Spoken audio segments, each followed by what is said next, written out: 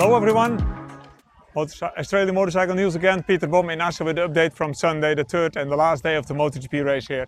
And what a day it was, a lot happened again. And I'm here, as usual, to give you some background information. You all have seen the race, you all have cheered, you all have said, oh, what the fuck's happening? Crashes, broken bones, different manufacturers in the front. Try to give some background information.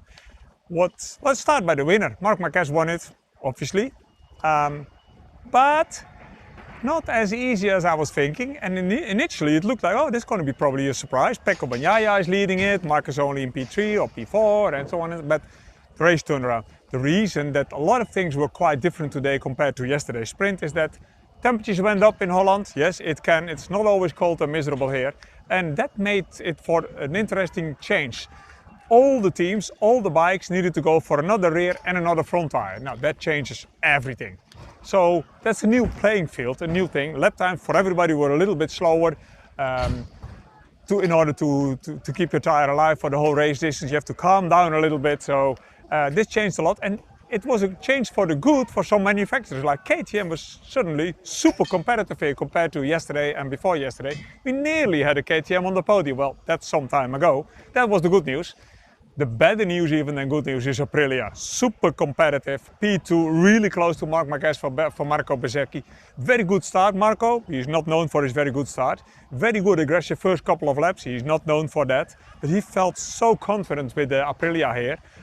So that was the good thing of the whole change with the tires and everything. The downside is that both Honda here and Yamaha kept on struggling, couldn't do anything. Fabio Quartararo is on pole, so both times he has the best possibility to do the best start. Yesterday and today, his sprint to the first corner is already not great, and then he didn't just have any pace at all. The way the Yamaha makes its lap time on this track is so particular, with carrying all the corner speed, not braking, not accelerating. That's only working when you are alone. Well, this is a race, you're not alone, so sitting duck he was, like in the sprint again. So this time was even worse. Everybody on the Yamaha, poor Jack as well, no chance. So Yamaha is best up and down and up and down. They still have a lot of work to do, but just like Honda basically. KTM found really a lot of things. There is a couple of interesting things to tell you. If I need to give a name to this video, I would call it probably how to win both races when you're not the fastest guy. And then I mean Marc Marquez, because Marc won the sprint, Marc won the race. He's laughing. But I think looking back over how the weekend went, I think he all the time knew I'm not really the fastest guy. So to win it, I need a certain strategy where I use the few weapons I have, because the weapon of ultimate lap time I actually don't really have. So I needed to do other things. And the show of that, the clear signs of that were already on Friday by having two huge crashes in two fast corners where he was so lucky to walk away from. That's not really clever if you're going for the championship and you're already leading it by far. You don't need to do that on Friday. Saturday's qualifying, when it really matters, he didn't even leave the pit lane. He left the box and immediately stopped, wait for people to tow him, you know. So if you immediately already look for a tow in qualifying, that's a clear sign, okay, sorry guys, I don't have the speed alone, probably help me. I was surprised by that, but now it makes sense. In the races as well, he's made his setup for his bike, like he explained to us yesterday. I don't have the ultimate lap time, but if I can do a quite good lap time with a bike that is super good in the two hard braking areas that we have here, then the rest of the corners I will try to manage with my experience, and that's what he did. He was brilliant at the start. He defended himself, made himself wide, or was really late on the brakes. And all the places where he was slow, you can't overtake, or he made sure you don't overtake. He made sure he wasn't overtaken in the sprint because there was his brother behind him, who in my opinion just did not want to overtake him, even when he was clearly faster. Today he had Marco Bezzecchi on his tail, also didn't want to overtake. He was already very happy to be in second. But just think about this, thinking experience. If Jorge Martin didn't crash out so early in the season 3 times and now is in a legal war with the manufacturer of the bike he's supposed on. If that Jorge Martin would have been here, especially today on that bike, he would have won it. Clearly. Marc, probably second. But water under the bridge probably never going to happen. We will never know for sure. But if Marco Bezzecchi can finish second that close to Marc, and being so happy I don't give him the fight, then I know what would have happened when Jorge Martin was on it. So that's the thing. That was there was a lot of crashes, and one of them was a bit nasty.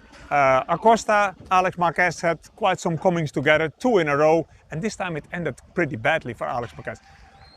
Pedro Acosta didn't do it on purpose, had no bad meaning, but it's just one of these places on the track where you overtake, there is easily going to be contact, and Acosta overtook Alex tried to overtake him back, and then out of the short chicane, they are banging and leaning a little bit on each other, but you exit a left-hand corner that opens, and then it goes over into a right-hand kink, full throttle. If you go from left to right, full throttle, the front is very light. At the moment the front is light, they touched again. And when the front touched, the front tire came on the ground, you saw the smoke coming from it, and he lost it. So silly crash, but he broke apparently some bone in his ankle, in his pulse, I think it was. So that's bad news for Alex Marquez, the number 2 in the World Championship. Who else to mention? Poor Pecco. He finished again 3rd, this time not behind the 2 Marquez brothers, only behind one, and behind the bike that is always brilliant in Assen, the Aprilia. Because probably, like I said earlier already, I think I said it on Friday, the Aprilias here have something really, really special. This track has 2 times where there is a very long lasting corner that's also super fast.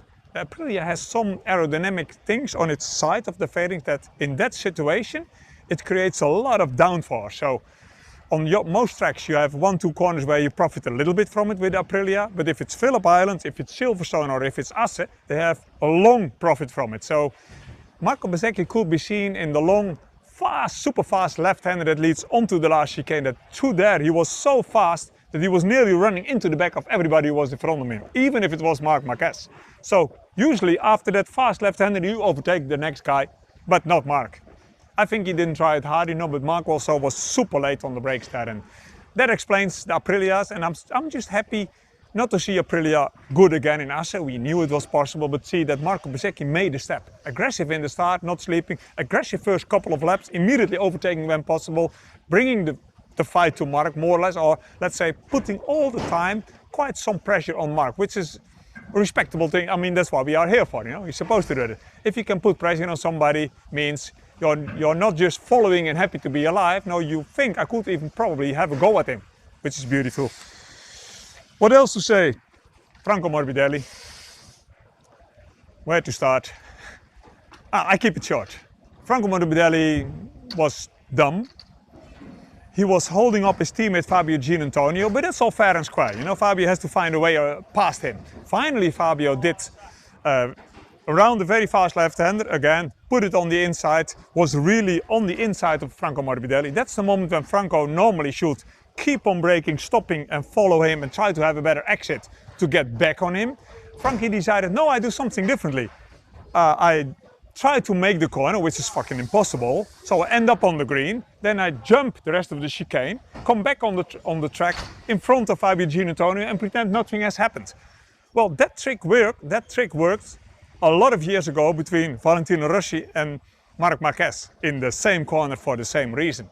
Then they changed the rules because it's not really fair. If you skip a chicane, you shouldn't win the race. So there is a clear rule that everybody knows. I even looked it up for myself for this particular area. In Assen, in the last chicane, if you jump the chicane, you should lose 1 second of your regular lap time over that sector. He knows that. He just temporarily forgot about it. So he comes back on track, still again in front of Fabio Gianantonio, who again wastes all the time trying to get past him until Franco gets the message, you've been naughty, long lap. Then he takes the long lap and Fabio Gianantonio was on his own again, but then it was too late to go to the guys in front of him. Spicy, they're teammates. Spicy, it's not the first time this year something happened between these two. Frankie has a habit of pissing people off, and he did that again pretty well again today. I mean, Frankie is when he's fast, it's beautiful. I love to listen to him. It's like a Jimi Hendrix on a motorbike, half stoned, you know.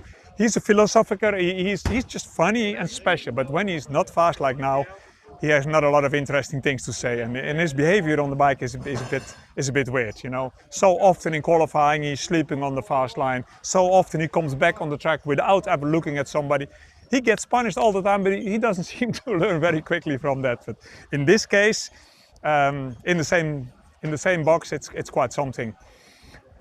that's more or less what I had to say about today's race, except that I need to apologize because this obviously should have been Australian Motorcycle News logo here. I forgot it. Probably I forgot the sweater because it's just too hot to take on the sweater, and that's it. So, no, thanks for watching, and I'll see you back hopefully in 2 weeks when we have the Sachsenring MotoGP race. Very special track, very, very different from everything we've seen so far this year. Hopefully different results. Don't count on another winner because it's one of the tracks where Marc always wins. Marc always wins in Austin, always wins in Sachsenring. So Marc's gonna win there apparently, probably, Marc, but we see how he's gonna do it and who else can pick up the speed. Thanks for listening. Hope to see you come back or talk to you again in 2 weeks on Friday after the first day in Sachsenring. Bye.